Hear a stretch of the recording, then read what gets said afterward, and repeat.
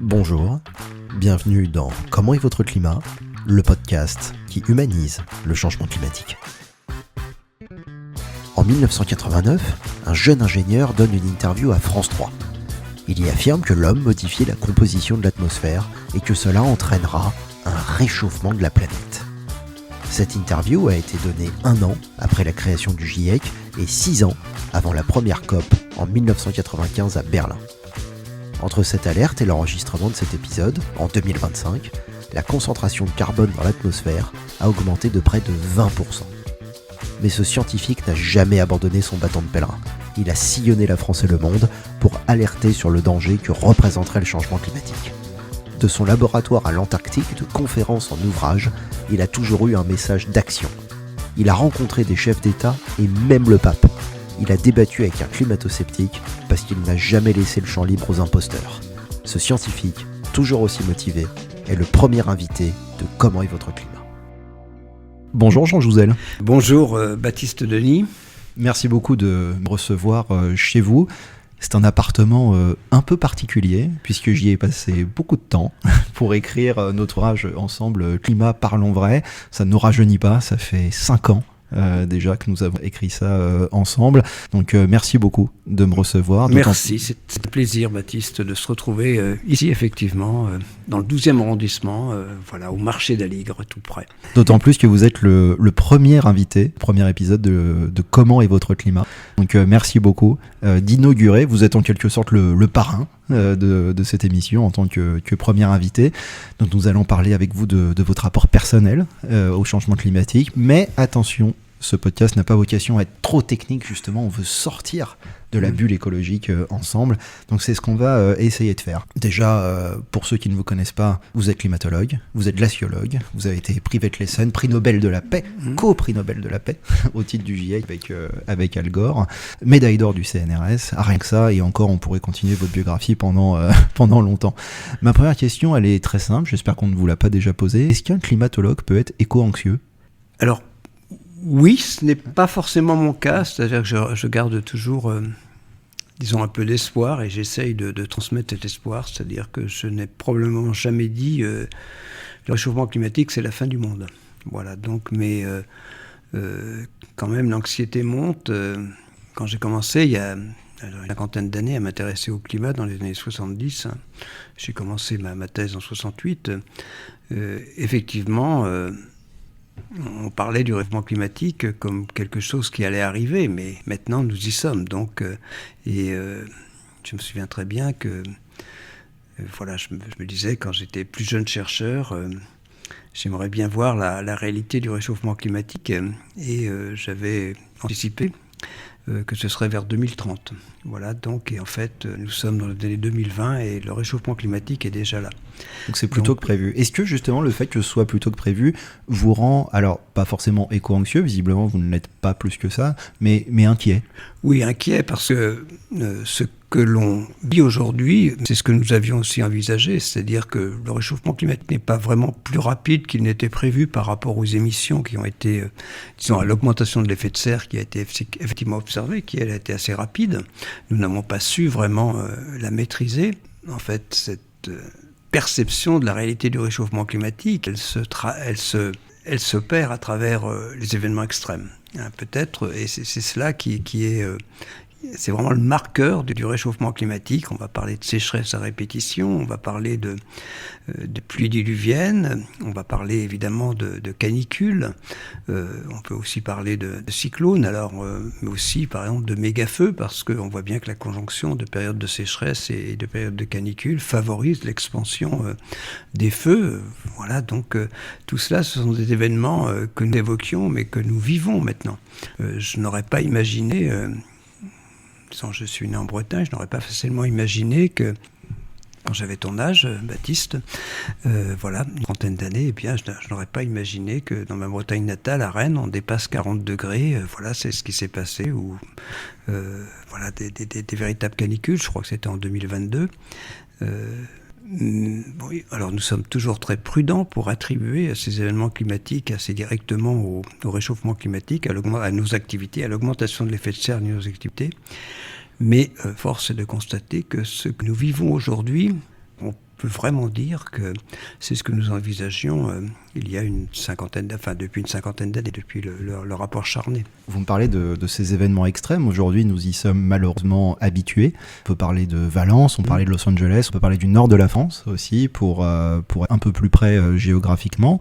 Aujourd'hui, nous y sommes un peu plus préparés, et encore, on peut en discuter. Mais pour revenir avant votre thèse, pour revenir avant la période du GIEC, pour revenir avant le Jean Jouzel que la France connaît, quand vous étiez plus jeune, est-ce que c'était un sujet qui vous intéressait, qui vous préoccupait? Comment est-ce que vous êtes passé en fait de ce jeune breton au grand climatologue que nous connaissons? Non, de façon très... j'ai un parcours classique. Après mon bac, j'ai fait donc les prépas, lycée Chateaubriand-Rennes ou lycée Clémenceau à Nantes, et puis je suis rentré dans une école de chimie. C'est un peu classique, on rentre là où on est reçu. Mais pourquoi? Vous saviez déjà que vous vouliez aller vers la glaciologie? Non, absolument pas, pas. On peut à peine dire que j'ai eu mon diplôme d'ingénieur, puisque c'était mai 68. Donc je termine, on a rendu le diplôme, effectivement, mais c'était une année assez... différente de celle que nous vivons actuellement, c'est-à-dire que tout s'est arrêté au mois de mai. Mais donc en 68, j'ai un diplôme d'ingénieur. Ce que je savais déjà à l'époque, c'est que je souhaitais faire de la recherche. Pour faire de la recherche, il faut... la première étape, c'est faire une thèse. Voilà, et donc il faut trouver quelqu'un qui vous accueille et, si possible, qui vous paye. C'est-à-dire qu'il faut aussi une bourse de thèse. Et donc j'ai regardé, en cette année 68, là où j'aurais pu aller, et je dois avouer que le premier critère n'était pas vraiment le thème scientifique, mais plutôt cette envie que j'avais de me rapprocher de la Bretagne. Disons, j'étais à Chimie de Lyon, j'avais encore beaucoup d'activités en Bretagne, je jouais au foot en Bretagne, je jouais aussi au foot à Lyon d'ailleurs, ou à côté à la Boisse, mais je faisais encore du théâtre en Bretagne et j'avais le souhait de m'approcher de la Bretagne, et je me suis dit, en région parisienne, ça va quand même être plus près de la Bretagne. Et j'ai regardé, une proposition de bourse de thèse au CEA à Saclay. C'est une belle histoire parce que la personne qui proposait ces bourses de thèse, il s'appelle Étienne Roth, décédé il y a maintenant quelques années, et juif, et pendant la guerre, pendant la Première Guerre mondiale, il rentre à Polytechnique et va à Lyon en fait, donc ils se sont repliés sur Lyon, et Étienne Roth a été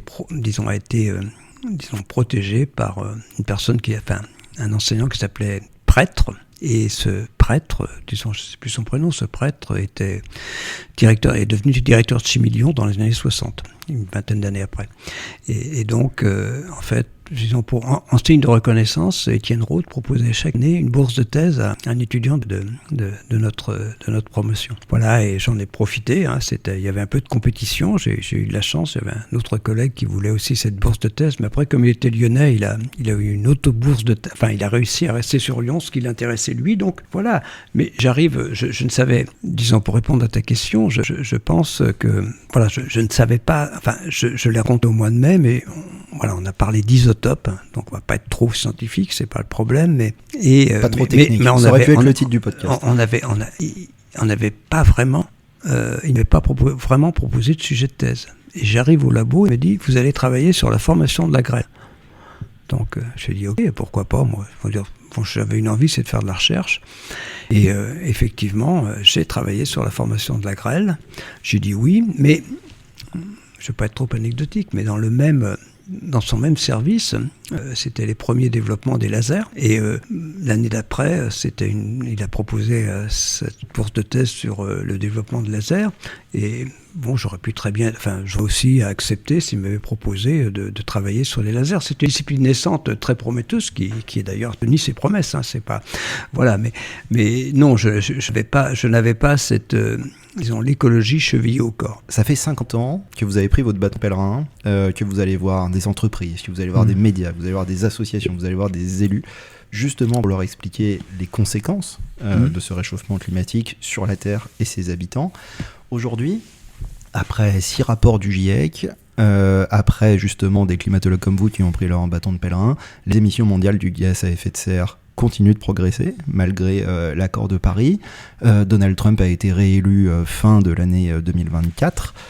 Qu'est-ce qu'on a mal dit, nous, les gens du climat? Qu'est-ce qu'on a mal fait? Pourquoi est-ce que tout le monde n'est pas devenu écolo du jour au lendemain? Parce qu'il y a, disons, par rapport à ce qui nous réunit aujourd'hui, c'est-à-dire le rôle de nos activités sur le climat, l'augmentation de l'effet de serre. Quand on regarde nos émissions de gaz à effet de serre en France, eh bien, les 2/3, c'est notre vie de tous les jours. Se loger, se nourrir, se déplacer. Donc c'est pour moi ça la grande difficulté. Je crois que le premier point, la première difficulté, c'est que ces émissions de gaz à effet de serre sont intimement liées à notre vie, à chacun d'entre nous. C'est un premier point. Bien voir aussi que justement la population disons il y a maintenant disons entre la fin de la Seconde Guerre mondiale ou les années 50 et aujourd'hui, la population de la planète n'a pas loin, probablement pas loin de doubler. Je ne sais pas le chiffre exact. Donc il y a effectivement, disons, une des premières causes de l'augmentation des émissions des gaz à effet de serre. Il y a un lien très clair avec l'augmentation de la population. Donc une fois qu'on a dit ça, effectivement, ça veut dire qu'on est vraiment notre mode de vie qui est interrogé complètement.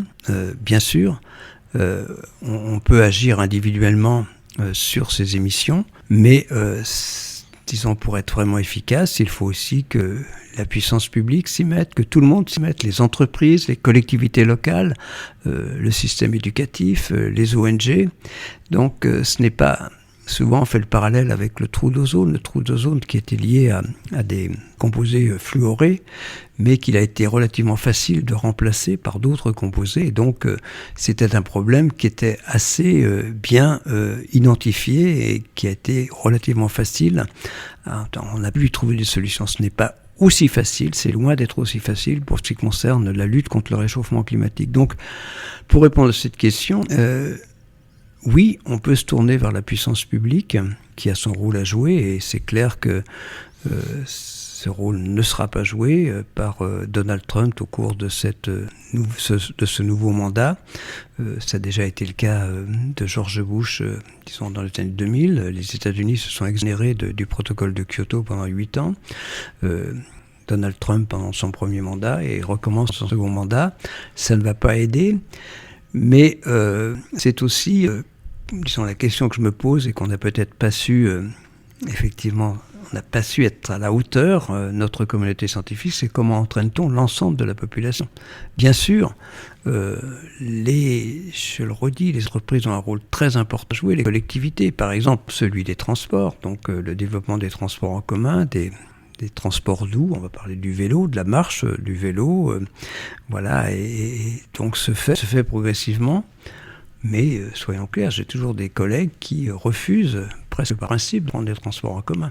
Un petit rappel pour nos auditeurs, le GIEC analyse des travaux déjà réalisés, mais n'émet pas de recommandations. Il analyse les différentes solutions, et voilà, si vous faites ça, ça va faire baisser de temps, si vous faites ça, ça va faire baisser de temps, sans dire il vaut mieux faire ci et faire ça, mais bon, enfin, c'est un petit peu déguisé quand même, selon les recommandations. Est-ce que justement, la communauté scientifique, le GIEC en général, ne devrait pas justement appuyer certaines solutions, car le sentiment que j'ai dans mon quotidien, voilà, en parallèle je suis aussi élu local, ce que je vois dans ma commune, c'est que en fait les populations sont quand même voilà, assez conscientes du problème. On est encore toujours un peu dans l'ère du constat. Mais derrière, lorsqu'il faut changer de véhicule, lorsqu'il faut faire une rénovation thermique, lorsqu'il faut se déplacer, eh bien, ça coûte beaucoup d'argent. Il n'y a pas forcément d'aides qui sont... Alors, il existe des aides qui ne sont pas forcément au niveau auquel on souhaiterait les avoir. Est-ce que, finalement, maintenant, on ne devrait pas se dire l'ère du constat, ça y est, c'est fait. On a 6 rapports du GIEC et normalement, si avec ça, on n'est pas convaincu, c'est qu'on ne le sera jamais. Maintenant, il faudrait faire une espèce de GIEC uniquement d'évolution. Non, alors... Et du financement des solutions. Non, je suis très attaché à la mission du GIEC telle qu'elle a été définie en fait dès au départ en 88. C'est-à-dire que le GIEC, disons, fait un état des lieux critique, un diagnostic, un assessment en anglais. C'est pas simplement une synthèse, c'est plus qu'une synthèse. C'est-à-dire qu'on ne prend pas l'ensemble des travaux, mais disons, par rapport aux travaux scientifiques, il y a des choix qui sont faits. Mais l'idée derrière, c'est que ce diagnostic, alors je vais bien le dire en anglais, c'est-à-dire il doit être policy relevant, c'est-à-dire que c'est l'idée de répondre aux questions que les gens se posent, depuis le citoyen jusqu'aux décideurs politiques. Comment on peut traduire? C'est pertinent? Oui, non, et policy relevant, c'est-à-dire qu'il doit s'intéresser au fonctionnement de la société, à ce qui se passe. Ça ne doit pas être trop théorique. Policier relevante, disons, c'est les politiques publiques, mais pas que les politiques publiques. Disons, ça peut être aussi pour les entreprises. Mais il ne doit pas être policier prescriptif, c'est-à-dire qu'il ne doit pas y avoir l'idée, et j'y suis très attaché, il ne doit pas y avoir de recommandations, en fait. L'idée, c'est que ces rapports du GIEC, eh bien, notre souhait, notre communauté scientifique, c'est que les décideurs politiques s'appuient sur ces rapports pour prendre des décisions. On n'en est pas loin. Quand on regarde par exemple l'accord de Paris, eh bien, il s'appuie très clairement sur le 5e rapport du GIEC qui est, disons, publié en 2013-2014. Là, on est en 2015. Et le problème, c'est qu'il s'appuie sur le rapport du GIEC pour définir les objectifs. Dans le cas de l'accord de Paris, limiter le réchauffement climatique bien en deçà de 2 degrés, si possible 1,5 degré par rapport au point industriel. Donc ça, c'est bien, ça s'appuie réellement sur les rapports du GIEC, c'est ce qu'on souhaite. Mais ensuite, la réalité, c'est qu'on on est plutôt parti vers 3 degrés. C'est-à-dire que, et c'est reconnu dans le rapport du GIEC, c'est-à-dire que les engagements pris par les pays, dans le cas de l'accord de Paris, les pays étaient invités à faire part de leurs engagements en termes de diminution des émissions, en termes d'adaptation. Mais ces engagements ne sont manifestement pas à la hauteur de l'objectif affiché dans l'accord de Paris. Je pense que c'est comme ça que ça doit fonctionner, mais ce fossé entre les objectifs affichés et la réalité, elle est éminemment politique. Donc alors, si je suis d'accord sur le point, et c'est probablement ce qui se passera, donc il y a 3 groupes de travail. Il y a un groupe qui s'intéresse aux éléments physiques du réchauffement climatique. C'est le groupe dans lequel j'ai moi-même été impliqué pendant 4 rapports du GIEC. Et puis ensuite, plus le groupe 2 sur les impacts et l'adaptation. Le 3e groupe sur les solutions. C'est vrai qu'il faudra peut-être donner, alors y compris les solutions du point de vue financement.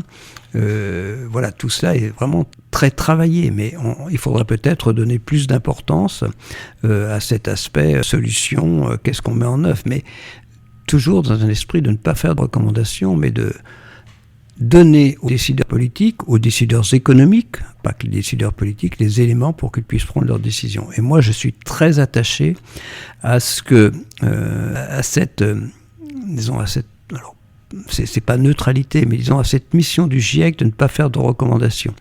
Voilà, si le GIEC devenait, disons, un GIEC militant ne gagnerait pas. Je ne crois pas que faire du GIEC un organisme militant en disant voilà ce qu'il faudrait faire, mais c'est tellement clair, c'est-à-dire que, que fait le GIEC ? Le GIEC essaye de répondre aux questions qui sont posées par la Convention climat.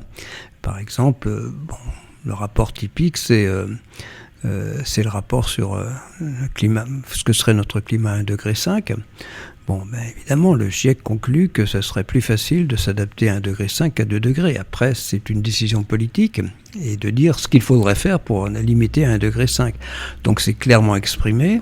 Il est clairement dit que ce serait plus facile qu'un 1/10 de degré, ça compte, qu'il serait plus facile de s'adapter. Mais maintenant, après, c'est un choix éminemment politique. Mais je crois que disons, et on le voit bien dans l'exemple du 5e rapport du GIEC, et où après la conférence de Glasgow qui s'est orientée vers, disons, qui a mis en avant justement cette nécessité d'une limitation du réchauffement climatique à 1,5 degré, et donc, disons, le corollaire, c'est une neutralité carbone à horizon 2050. On voit bien que tout cela, ces chiffres, disons, ces décisions, alors, dans les textes, malheureusement, pas dans la réalité, cette intégration de l'objectif neutralité carbone en 2050, c'était à Glasgow, nous y étions ensemble, je m'en souviens. Eh bien, je m'en souviens également. Voilà, eh bien, il résulte directement du rapport du GIEC, mais ce n'était pas au GIEC de l'inscrire dans la Convention climat, c'est vraiment aux décideurs politiques.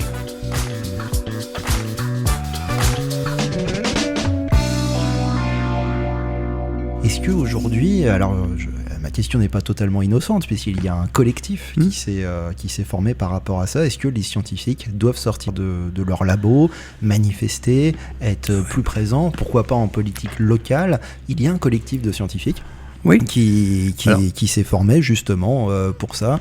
Est-ce que vous, par exemple, vous pourriez en faire partie? Est-ce que vous pourriez inciter vos collègues à en faire partie? Est-ce que le rôle du scientifique aujourd'hui, face à l'urgence, doit évoluer? En tout cas, le rôle du scientifique, dès au départ, moi, j'ai considéré que, disons, transmettre ce que l'on apprend dans nos laboratoires fait partie de notre travail. Et moi, j'ai toujours, dès le départ, répondu aux sollicitations des médias qu'on a eues très rapidement dans les années 80, aux sollicitations des décideurs politiques, aux sollicitations des entreprises, des ONG. Donc oui, ça fait partie de notre rôle de scientifique, en tout cas c'est ce que je considère, de transmettre, disons, vers les écoles, vers aussi, je me suis aussi beaucoup intéressé évidemment à l'enseignement, et cela, ça fait partie de notre rôle de scientifique. C'est une forme d'engagement et ça prend du temps, mais il faut le faire. Ça peut se faire à travers des conférences, à travers des livres. Nous en avons, disons, écrit un tous les deux. Donc voilà, donc c'est une façon de témoigner. On peut aussi aller plus loin dans différentes directions. Pour ce qui me concerne, je me suis impliqué, je dirais, plus politiquement, entre parenthèses. Je peux citer mon engagement avec Pierre Laroutourou. Donc je suis très profondément européen. Donc donc avec Pierre Laroutourou sur le pacte de finance-climat au niveau européen, ça a eu, disons, voilà, c'était avec ce slogan, je crois en 2015 ou 2016, on a mis 1000 milliards pour sauver les banques, on peut mettre 1000 milliards pour sauver les climats. Je me suis beaucoup et je continue sur cette voie. On travaille actuellement sur l'idée d'un référendum, par exemple. Et puis, ça peut être aussi, je me suis impliqué auprès d'Anne Hidalgo, dont j'ai présidé le comité de soutien pour son élection au niveau de Paris. Donc, et aussi d'ailleurs avec beaucoup moins de succès pour la campagne présidentielle. Voilà, c'est des types d'engagements. J'ai aussi beaucoup d'engagements qui peuvent être... récemment, j'ai passé pas mal de temps comme commissaire scientifique d'une exposition à la Cité des Sciences, voilà, donc pas mal de temps. Exposition aussi, qui n'est pas temporaire, non, mais permanente. Mais qui est permanente, voilà, donc on incite tous nos auditeurs à aller la voir à la Villette. Voilà, et aussi des applications au niveau de l'enseignement. J'ai présidé au Conseil pour la science et pour les technologies. Je me suis impliqué dans un rapport avec Luc Abadi sur la sensibilisation, la formation à la transition écologique dans l'enseignement supérieur. Donc ce sont des engagements en dehors de mon travail, de mon activité principale de chercheur. Alors il y a un autre engagement qui est aussi important, c'est que je dirais, alors il y a un engagement militant. Voilà, je suis aussi engagé, je préside une association qui me prend pas mal de temps, Météo et Climat, donc donc l'engagement associatif, j'y suis aussi, j'y suis aussi très attaché et je m'y implique.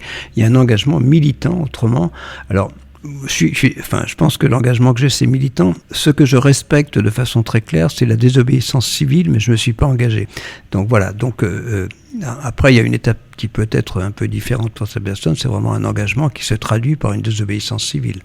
Donc ça peut être Extinction Rebellion, ou bien voilà. Et ça, c'est vrai que je m'y suis moins engagé. J'ai participé à chaque fois que j'ai pu aux marches pour le climat, mais je suis allé témoigner pour au tribunal quand des gens d'Extinction Rebellion étaient poursuivis. Mais moi-même, je me suis pas impliqué dans Extinction Rebellion ou dans Scientifiques en Rébellion, par exemple.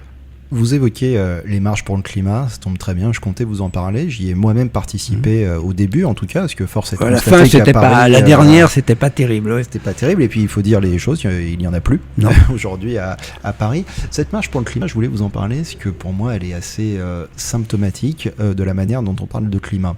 Nous, gens du climat, est-ce qu'on n'est pas un peu des gens du climat qui parlent de climat à d'autres gens de climat pendant des marches pour le climat? Ma question est très simple, comment est-ce qu'on sort de notre bulle? Donc comment est-ce qu'on sort c'est un constat très clair. Moi, je fais beaucoup de conférences et j'en fais encore. Et très souvent, alors, c'était un peu différent dans les années 2000. Dans les années 2000, au moment où vraiment, Claude Allègre, ou d'autres, le climato-scepticisme avait pas mal de visibilité. Généralement, à chacune de mes conférences ou presque, il y avait un climato-sceptique ou quelques climato-sceptiques qui intervenaient. C'est plus beaucoup le cas actuellement. Alors que le climato-scepticisme est en train, disons, de plutôt, disons, l'audience du climato-scepticisme est plutôt en train de remonter. Mais on ne les voit plus. Effectivement, je reconnais et je le regrette, mais que disons, ce que nous faisons dans des conférences, mais je pense même que pour notre livre, ceux qui l'ont acheté étaient déjà convaincus de la réalité du réchauffement climatique. Pour vos conférences, par exemple, qu'est-ce que vous constatez? Les gens qui viennent vous voir, vous écouter, c'est des gens qui vous connaissent déjà? Oui, ça dépend du type de conférence. Ça peut être en entreprise, ça peut être alors des conférences très classiquement grand public. Non, c'est organisé par des associations très souvent. Voilà, j'ai une préférence géographique parce que j'en fais peut-être plus en Bretagne que dans le reste de la France. Mais on a eu un documentaire sur la bataille du siècle, 50 minutes, et j'ai au moins 4 ou 5 fois sur les dernières, sur 2024, je dirais. Donc projection de ce documentaire, et puis questions-réponses après. Bon, voilà, il y a généralement les salles sont pleines, mais il y a très peu de jeunes, alors que je pense que le message s'adresse aussi aux jeunes générations. Ce sont plutôt des retraités qui viennent. Il y a du monde, surtout quand on va dans des pays où effectivement il y a peut-être beaucoup moins de culture délivrée. Donc oui, il y a du monde, mais ce sont des gens... alors je dis pas qu'ils sont forcément convaincus, mais ils viennent là parce que, c'est quelque chose qui sont probablement intéressés. Mais on a beaucoup de mal à toucher les climato-sceptiques.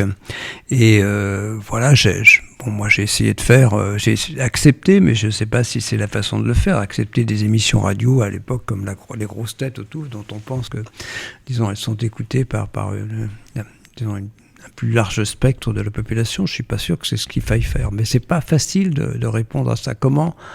Mon problème, c'est comment va-t-on vers les climato-sceptiques, comment va-t-on vers les... Disons, on réussit à entraîner une partie d'une génération, mais comment entraîne-t-on l'ensemble d'une génération? Et ça, c'est la difficulté. Vous avez parlé de la jeunesse, ça m'intéresse beaucoup. Bon, je me considère encore comme jeune, on va dire que jusqu'à 30 ans, c'est possible. Cette jeunesse, vous y tenez quand on vous écoute dans vos conférences, dans vos livres. Vous avez un message très clair pour la jeunesse, et qu'elle est doublement impactée, à la fois par l'atténuation et par l'adaptation. Donc cette jeunesse a un double problème. Cette jeunesse, elle est assez paradoxale. C'est que c'est une des générations les plus émettrices, en tout cas les 18-34 ans. Une récente étude de 2024 a montré que les deux générations qui prenaient le plus l'avion, c'est les 18-24 et les 25-34 ans. Bon, à la fois parce qu'ils ont du temps et aussi parce que les billets d'avion sont affreusement bon marché. Donc ça, c'est une chose. C'est aussi une génération streaming. 4% des émissions de CO2, à peu près autant que l'aérien. C'est aussi une génération livraison. Tout ça n'a rien de péjoratif dans mon propos, parce que ce sont des choses qui sont accessibles, pas chères, et dans un divertissement évidemment que nous avons tous eu à cet âge-là. Donc évidemment aucun jugement de l'heure, rien de péjoratif, c'est purement factuel. Justement, cette génération, comment est-ce qu'on peut réconcilier entre l'urgence du siècle, atténuation, adaptation, et une société de loisirs très facilement accessible à laquelle ils sont confrontés? J'ai pas de réponse à part témoigner, à part le redire, mais y compris dans notre propre famille. Voilà, on a 7 petits-enfants, dont 3 entre 20 et 23 ans.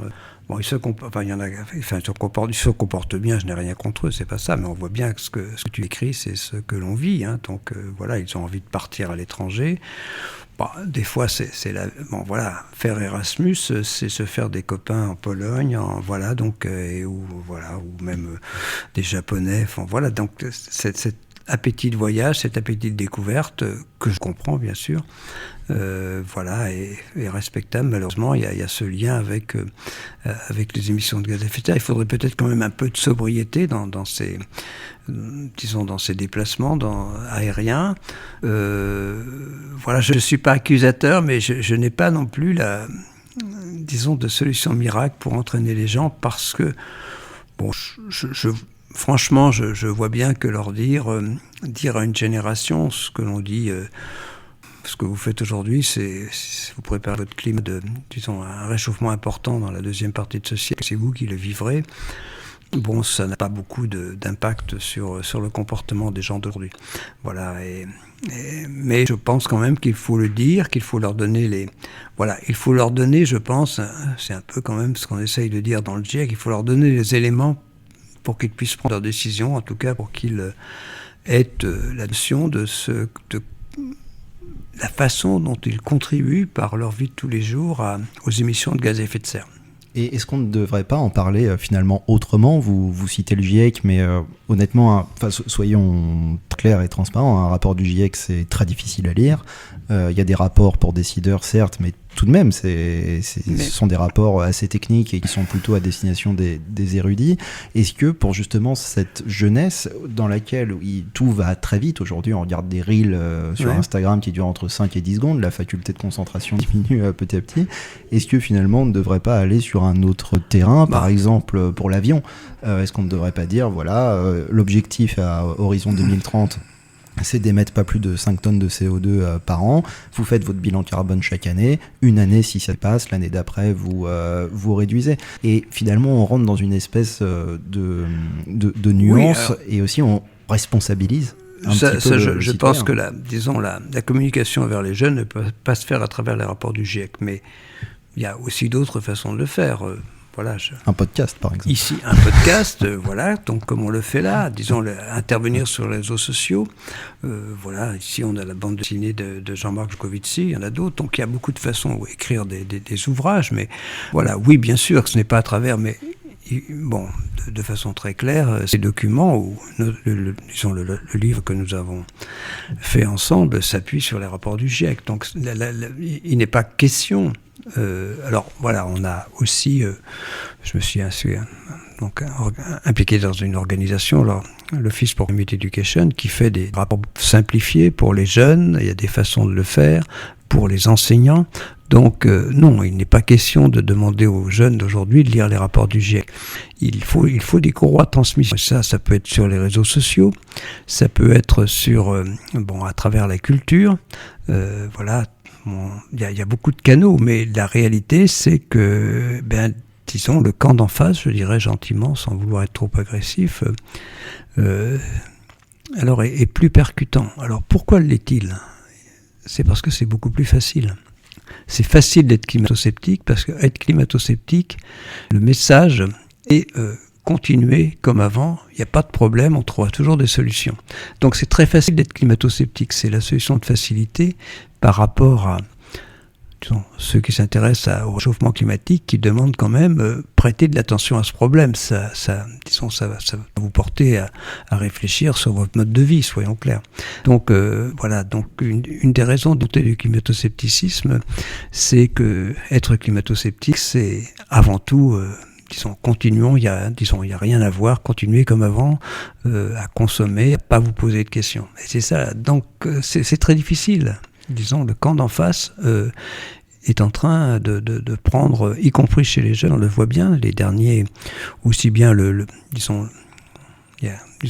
y a un rapport observateur de l'EDF qui est très bien là-dessus, et puis aussi de l'ADEME, le baromètre de l'ADEME.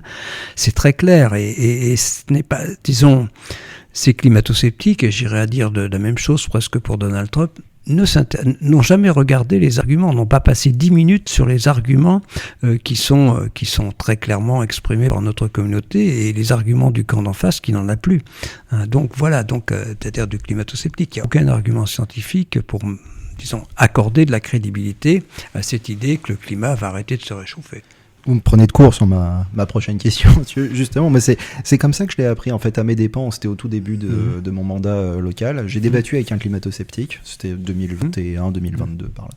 Et en fait, c'est là que je m'en suis rendu compte à mes dépens. Je pense que je vivais justement dans ma bulle, j'étais naïf, je me suis dit, mais tout le monde sait, pour le réchauffement climatique, tout le monde devrait agir. Donc lui, en à peu près 1 minute, il nous a expliqué, circuler, il n'y a rien à voir, l'humain n'y est pour rien, vous pouvez continuer.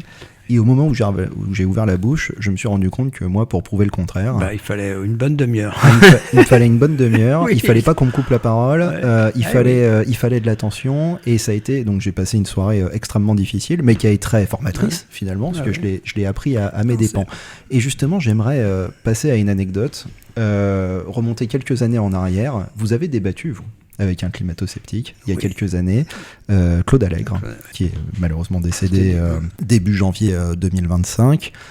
Beaucoup d'hommages lui ont été rendus, notamment par le Premier ministre, par le Président de la République, en tant que scientifique, en tant qu'ancien ministre, sans jamais réellement mentionner le rôle qu'il a eu dans la sphère climato-sceptique en France. Ce débat, il remonte quand même à très longtemps, plus de 15 ans, si je ne dis pas de bêtises. En 2025, est-ce que vous auriez accepté de débattre avec Claude Allègre ? Oui, je dois dire que ce débat avec Claude Allègre, je pense, c'est 2008, et ça a été très rude.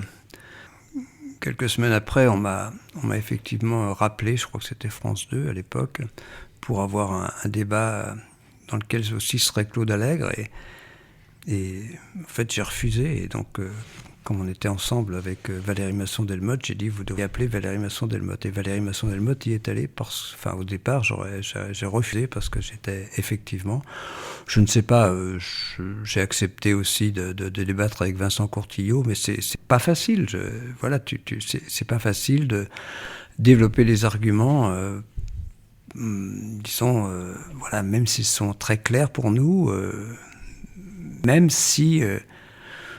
je ne développe pas beaucoup d'arguments scientifiques réellement actuellement. Je dis très simplement, vous voyez, ce qu'on prévoit depuis 40 ans, c'est ce qui nous arrive aujourd'hui. Parce qu'on est au pied du mur. Je veux dire aussi une autre raison. Je dirais que la première raison, c'est parce que c'est la solution de facilité. Alors, en gros, continuer à rien avoir. La deuxième, pour ceux, il y en a aussi qui se rendent compte que, le problème est là, mais ils ne veulent pas, disons, s'engager. Leur dire que ce qu'on fait aujourd'hui aura des conséquences dans quelques décennies ne les intéresse pas. Donc il y a cette technique d'évitement. S'il n'y a pas une frange de la population encore à aller chercher, c'est quand on regarde les études sur le climato-scepticisme, alors il y a les gens convaincus de la réalité du réchauffement climatique, ça il n'y a pas de problème. Il y a les climato-sceptiques purs et durs. Bon, ceux-là, est-ce qu'il ne faut pas se dire, de toute façon on ne les convaincra jamais, laissons tomber. En revanche, il y a une frange de la population qui admet la réalité du réchauffement climatique, mais qui nie son origine anthropique. Donc finalement, est-ce qu'il n'y a pas quand même cette frange de la population avec une communication adaptée qu'on peut encore aller chercher ? Est-ce que c'est pas sur eux finalement qu'il faut mettre toute notre énergie ? Si on regarde les chiffres, disons que j'ai à peu près en tête, le premier chiffre c'est par exemple la proportion des personnes qui pensent que disons le réchauffement climatique aura des conséquences dangereuses est en train de diminuer. Elle est de l'ordre de 40% à l'échelle planétaire. Et on a dû passer en France, au cours des 10 dernières années, de 35 à moins de 30%. Le nombre de personnes qui accepteraient de changer leur mode de vie est en train de diminuer également. Donc il y a pas, c'est quand même tout un ensemble. Alors, mais même si nous convainquions ces personnes que c'est bien des activités humaines, disons, qui sont à l'origine du réchauffement climatique, et là nous avons de très bons arguments, disons, dans la communauté du GIEC, et le simple fait que ce que nous vivons aujourd'hui, c'est ce que nous anticipions depuis 40 ans, devrait les convaincre. Oui, mais si ces mêmes personnes ne changent pas notre de vie, disons, n'intègrent pas cette réalité d'un lien entre climat et nos activités dans leur... dans leur propre mode de vie, ça ne fait pas beaucoup avancer. Donc ce qu'il faut, c'est aller plus loin. C'est-à-dire qu'il faut vraiment que les gens s'engagent, regardent aussi par rapport à ce qu'il faudrait faire, ce qui pourrait être fait. Alors bien sûr, ça va des émissions de gaz à effet de serre, mais ça va aussi d'engagement plus politique éventuellement à tous les niveaux. Tu es engagé... disons dans une municipalité, c'est très bien. Donc l'engagement est important. Donc c'est pas simplement ses propres émissions, c'est comment entraîne-t-on une génération. Voilà. C'est très intéressant ce que vous racontez depuis le début, parce qu'il y a à la fois le volet personnel, responsabiliser le citoyen, mais il y a aussi le volet des politiques publiques, parce qu'il faut quand même donner un cadre. Vous avez une expérience dont on ne parle plus. Vous avez connu beaucoup de présidents de la République, Ouais. et vous avez participé aussi à des initiatives de ces différents présidents de la République. Je pense par exemple au Grenelle de l'environnement sous Nicolas Sarkozy, à la COP21 avec François Hollande, à la Convention citoyenne pour le climat d'Emmanuel Macron. Alors, toute avis ou divergence politique mise de côté, j'aimerais qu'on parle des solutions. Vous nous avez parlé de solutions déjà pendant cette émission, mais alors là, dans un cadre national public, plutôt que de se dire, bon, qu'est-ce qui n'a pas marché et pourquoi, parlons plutôt de ce qui a marché. Dans ces grandes politiques publiques, qu'est-ce qui a marché, ou alors qu'est-ce qui a été proche de marcher et qu'on pourrait réessayer et accélérer? Bon, j'aime bien donner des points positifs. Par exemple, ce qui a marché, donc j'ai effectivement eu la chance, je n'ai jamais rencontré François Mitterrand ni Lionel Jospin, je pense pas, mais disons quand il était Premier ministre, mais après, donc j'ai eu des contacts avec Jacques Chirac, effectivement, Nicolas Sarkozy, François Hollande, Emmanuel Macron, les contacts directs et des implications, comme tu l'as dit. Un point positif, c'est quand même que, on est en 2005, Jacques Chirac, met sur la table, après un accord avec les écologistes, division par 4 de nos émissions, comme objectif. Et donc l'objectif, en tout cas au niveau de l'État, est resté. C'est important. Il n'a jamais été remis en cause par aucun de ses présidents. Donc, au contraire, puisqu'on est passé, dans la dynamique de l'accord de Paris, on est passé à neutralité carbone à horizon 2050. C'est quand même un point positif, c'est-à-dire que quand on regarde la loi, je parle bien quand on regarde la loi, eh bien, les textes sont assez intéressants. Donc il y a la continuité d'une politique de notre pays, en tout cas dans les objectifs. Pour moi, il y a eu toute une série d'initiatives intéressantes aussi. Dans le cadre du Grenelle de l'environnement, j'étais effectivement en charge du volet climat. C'était le premier groupe, il y en avait 6, et donc on avait sous notre responsabilité l'énergie, bâtiment, urbanisme et mobilité. Donc ça, c'était quand même Bon, il y a aussi l'agriculture qui était dans notre groupe. Mais on voit bien qu'il y a eu quand on regarde les positions des Grenelle de l'environnement, elles sont extrêmement riches. Donc simplement, et les objectifs étaient aussi clairement affichés. On parlait de diminution de 40% à horizon 2010, ou 2020, et ensuite. Mais bon, ça a été le Grenelle de l'environnement. Je pense que la Convention citoyenne pour le climat a été aussi extrêmement féconde. Donc j'y ai participé de l'intérieur en tant que membre du comité de gouvernance.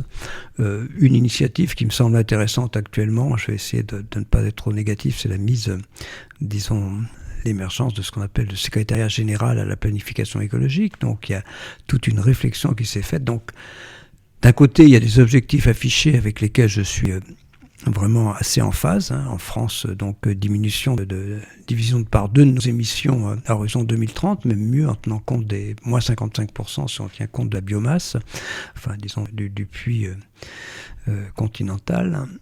C'est ambitieux. J'y adhère. Le problème est le secrétariat général à la planification écologique a décliné ses objectifs par secteur d'activité. C'est très bien construit. Malheureusement, le secrétariat général à la planification écologique, en face, il n'y a pas les moyens qui sont mis, ni la dynamique. C'est pas simplement, ce que je voudrais dire, ce n'est pas simplement de mettre les moyens financiers. Il faut aussi créer une dynamique. Et bon, je dis que c'est une question aussi de l'esprit. Quand notre président dit l'an dernier qui aurait pu prévoir, où j'aime la voiture, disons, ça ne crée pas une dynamique. Voilà, donc... les objectifs sont les bons. Les objectifs sont les bons. L'ambition est la bonne. Les solutions... Et la mise en œuvre. Non, les solutions, il y avait aussi des solutions qui sont pas loin quand même de ce qu'il aurait fallu mettre en œuvre, c'est-à-dire les solutions de la Convention citoyenne. Donc c'est ça, je veux dire. Il y a l'ambition des solutions, elle est quand même dans la Convention citoyenne. Simplement, il n'y a que 20% des propositions des citoyens qui ont été mises en œuvre. Et je dirais que la planification écologique pourrait réussir si nous mettions collectivement, l'essentiel, une large partie des propositions des citoyens dans cette dynamique de transition. Jean Jouzel, après tant d'années, comment vous restez optimiste ? Je ne suis pas optimiste, je ne suis pas disons naïf, en tout cas, on va dépasser. Alors, on parle bien de moyenne planétaire pour le moment, dans un premier temps. On parle bien par rapport à la période pré-industrielle. On a déjà pris un peu plus de 1 degré, 1,2 degré. On va dépasser les 1,5 degré de façon quasi certaine la prochaine décennie. On dépassera les 2 degrés d'ici 2050 de façon répétitive. Et on est parti plutôt vers 3 degrés. C'est ce que nous disions avant l'avènement de Trump au pouvoir. Et le risque, c'est que, disons, le mandat de Trump ne se concrétise pour une augmentation des émissions, alors que nous commencions à envisager, à l'échelle planétaire toujours, que nous commencions à envisager, disons, une stabilisation des émissions à l'échelle planétaire. Donc voilà, on verra comment ça se passe, mais c'est ça. Donc on va quand même plutôt, on parlait de 3 degrés avant, et donc les 3 degrés, ça peut être quelque chose d'optimiste, malheureusement, dans la deuxième partie de ce siècle, d'ici la fin du siècle. Donc je ne suis pas, on est quand même pas du tout sur la bonne trajectoire. On risque d'aller au-delà des 3 degrés à l'échelle planétaire. On ne peut pas écarter ce risque. Ça fait en France plus 4, peut-être même plus. Il y a à peu près 50% d'amplification. Hein. Donc plutôt entre 4 et 5 degrés. Voilà, et donc il n'y a pas de raison d'être optimiste, parce que c'est ce vers quoi nous allons tête baissée. Il faudra absolument baisser les émissions. Pourquoi je continue à témoigner ? C'est parce que 1/10 de degré, ça compte. C'est-à-dire mon témoignage, il est, en gros, c'est ce qui est dit dans le rapport 1.5 sur le, voilà, ce serait plus facile à ta génération de s'adapter à un réchauffement climatique à 1,5 degré qu'à 2 degrés, et ainsi de suite. Donc, je me dis qu'encourager à l'action, voilà, et bon, voilà, ça, il faudrait bien sûr, idéalement, redescendre vers en dessous des 2 degrés. Ça reste possible. C'est très difficile maintenant. Ça sera pratiquement impossible de revenir à 1,5 degré, mais disons bien en deçà de 2 degrés, ce serait déjà bien d'ici la fin du siècle, mais c'est vraiment un changement complet de mode de fonctionnement de nos sociétés. Et ma crainte, c'est que effectivement, on va parler, donc il y a une nécessité d'adaptation, donc on va être entre 4 et 5 degrés, au moins 4 degrés en France, une nécessité d'adaptation. Alors 4 degrés par rapport au point industriel, on a déjà pris 1,5 degré en France, hein, largement, 2,7. Sans compter la pollution. Oui, voilà. Donc, qui fait un refroidissement de 0,4 degrés. Oui, ça compte. Ouais. Voilà, donc je ne suis pas trop optimiste, mais je ne baisse pas les bras. Je dis qu'il faut quand même continuer à agir, que voilà, tout ce qui est gagné est gagné. Voilà, j'aime bien dire aussi justement que on n'a pas rien fait, c'est-à-dire qu'il y a une vingtaine d'années, quand je faisais des interventions, on parlait du business as usual qui nous emmenait vers 5 degrés. Donc, ce qui a déjà été fait a permis de limiter le réchauffement, peut-être, bon, je l'espère toujours, enfin, on peut parler des 3 degrés, mais disons, on ne peut pas dire qu'on n'ait rien fait sur les 20 dernières années. Le renouvelable se développe. Il y a quand même des pays qui prennent le taureau par les cornes. C'est très dommageable dans un contexte tel que celui-là que le premier pays, la première puissance économique de la planète, n'en prenne pas le leadership de la transition. C'est extrêmement regrettable, et les historiens, dans quelques décennies, regarderont le rôle des États-Unis de façon extrêmement négative, du point de vue politique mondiale, du point de vue... Il devrait être naturellement, et disons, les porteurs de cette transition, qui d'ailleurs est pour moi synonyme de développement économique. Hein, il ne faut pas penser le contraire. Et j'aurais aimé que ce soit l'Europe qui prenne ce leadership. Je crains que ce soit la Chine qui ne le prenne actuellement. Enfin, je crains, ce serait pas si mal après tout. Ça serait du point de vue de l'écologie. Mais voilà, donc il y a cette atténuation, il y a l'adaptation qui est indispensable, il faut en parler de plus en plus, mais ma crainte surtout actuellement, c'est cette idée que, eh bien, on trouvera des solutions, et que les solutions qu'on risque de trouver sont des solutions comme la géo-ingénierie solaire, c'est-à-dire injecter des particules à, disons, une dizaine de kilomètres d'altitude, jouer les volcanologues, disons, ce que font un volcan, disons, simuler ou disons, imiter ce que fait un volcan, et donc... Si je comprends bien, c'est freiner artificiellement le réchauffement climatique, sauf qu'il faut continuer chaque année de remettre justement ces particules. Non, il faut en rajouter, non, il faut augmenter la dose. De plus en plus chaque année, c'est un peu une épée de Damoclès, puisqu'en cas de guerre ou autre, on arrête d'injecter, et là le réchauffement... On parle du choc terminal qui serait terrible, c'est-à-dire que si on se lance, si on commence à disons, cette approche de géo-ingénierie solaire, eh bien, d'abord, il y a des effets secondaires pour le moment qu'on ne connaît pas bien. Alors, bon, c'est intéressant de faire de la recherche. Il se peut très bien que ces effets secondaires soient maîtrisables.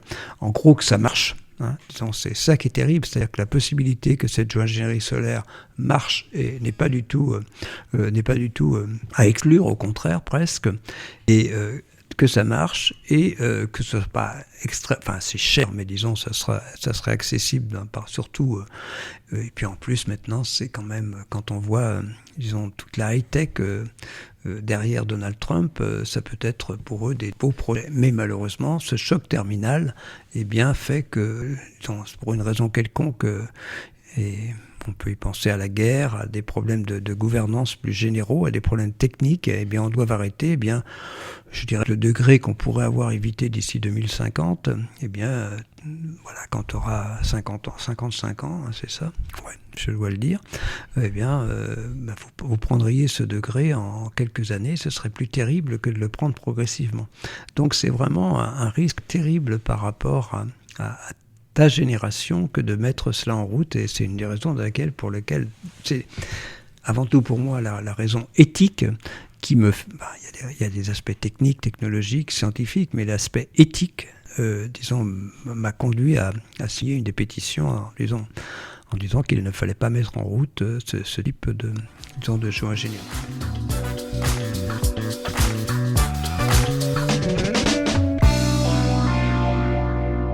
Jean, après pratiquement 1 heure d'enregistrement, je pense que vous avez mérité une récompense. Ouais. Donc cette dernière partie d'émission sera sucrée. J'avais promis dans mon teaser et sur les réseaux sociaux qu'il y aurait une surprise en fin de chaque émission. Et bien la voici, elle arrive. Pour clôturer cette émission sur une note concrète, ce podcast se veut très concret. Je vais vous poser 2 questions et le temps d'ouvrir mon petit sachet à ma droite, je vous laisse le temps d'y réfléchir. La première, c'est, au nom de la lutte contre le réchauffement climatique, de quoi seriez-vous prêt à vous passer ? Et attention, je vous demande quelque chose auquel vous tenez, hein, n'allez pas me parler de sac plastique ou autre. Hein. Et la deuxième question, c'est l'inverse, de quoi ne seriez-vous absolument pas prêt à vous passer ? Et donc, pour donner un peu de contexte quand même à nos auditeurs, voilà, je vais quand même expliquer pourquoi. En fait, moi, la réponse à cette question de quoi je ne pourrais absolument pas me passer, c'est une part de flan, voilà. C'est, jugez-moi si vous le souhaitez. Et donc, j'ai calculé l'empreinte carbone d'une part de flan, et donc j'ai calculé au gramme près. Hein. Ouais. Et donc je suis arrivé à 446 grammes de CO2 par part de flan. J'en mange entre 2 et 3 par semaine, ce qui quand même m'emmène à 75 kg de CO2 par an. Voilà, ça je ne pourrais absolument pas m'en passer.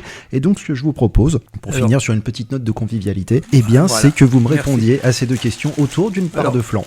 Bon, je dirais d'abord, ce dont collectivement Là où j'ai été capable, alors comme je suis en fin, disons, de carrière et peut-être plus, d'ailleurs je veux dire par là que là où je crois avoir effectivement un comportement qui est à peu près en phase avec ce dont vous avez discuté, c'est tout ce qui concerne la mobilité.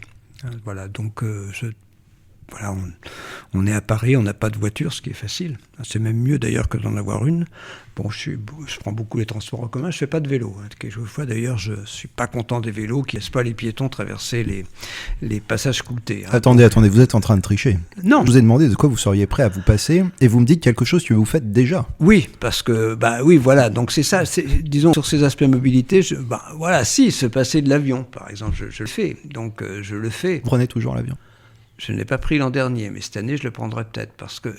Non, on ne prend pas l'avion pas du tout l'avion pour des raisons, disons pour convenance personnelle, pour du tourisme. Je ne l'ai jamais fait.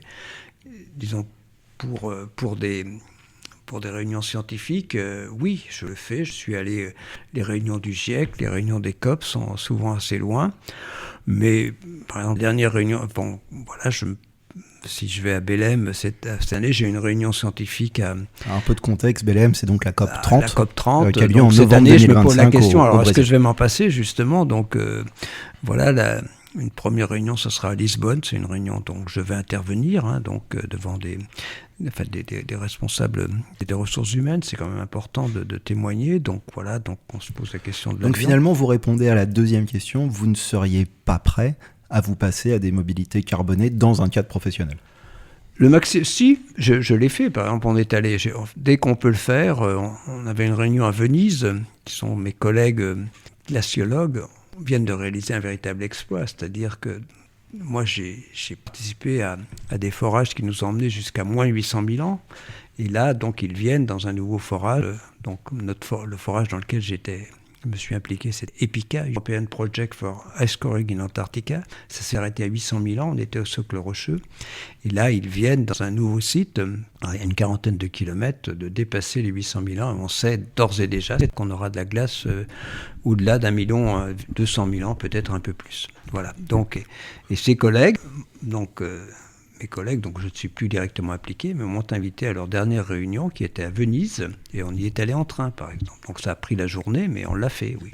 Donc pour les déplacements, ça je Oui. comprends. En plus, je pense que beaucoup de nos auditeurs vont justement avoir cet exemple, que le déplacement... Et on a une Zoé en Bretagne. Oui. Donc on prend le train pour aller en Bretagne, on a une Zoé en Bretagne. Voilà. Donc pour les déplacements, c'est difficile de faire... Maintenant, de quoi seriez-vous prêt à vous passer ? J'ai du mal à dire... Moi, j'ai été élevé quand même dans une ferme où il y avait des éleveurs. C'était on tuait le cochon. Il faut se rendre compte. Donc bon. Disons, on mange beaucoup moins de viande qu'il y a dans ma jeunesse. Et là où j'ai du mal, alors, c'est par exemple les produits laitiers. J'adore le fromage, par exemple. Bon, voilà. Donc, se passer de viande, oui, encore, mais pas tout le temps, non plus. Vos réponses sont intéressantes parce que finalement, vous allez sur le terrain du transport, vous allez sur le terrain de l'alimentation, qui sont deux des secteurs les plus émissifs. Donc c'est là aussi en importance de l'ordre de grandeur. C'est ça. J'avais entendu un chiffre extraordinaire. C'était dans un article. Quelqu'un disait qu'il avait oublié d'éteindre la lumière en partant de chez lui pour aller travailler. Donc il se disait mince, voilà, c'est la facture d'électricité, etc. Et finalement, en prenant les ordres de grandeur, on se rend compte que finalement, laisser une ampoule allumée pendant 2 ans, c'est l'équivalent de manger un steak en termes de CO2. Donc c'est sûr qu'avoir les ordres de grandeur, ça aide énormément, ça permet de savoir sur quoi agir, est-ce que ce que je fais est utile ou non. Parfois on a l'impression, en se disant voilà, ce petit geste, il va aider à décarboner, finalement non, et finalement on a des choses en tête qu'on n'imagine pas qui vont avoir beaucoup plus d'impact. Donc vous citez la viande rouge, c'est vrai que si jamais quelqu'un mange un steak par exemple toutes les semaines, et le fait d'en manger un toutes les 2 semaines, donc diminuer par 2 sur l'année, on peut se dire que c'est pas grand chose, mais finalement ça a un très grand impact. Donc voilà, donc ça c'est très intéressant. D'ailleurs, on parle souvent du bilan carbone.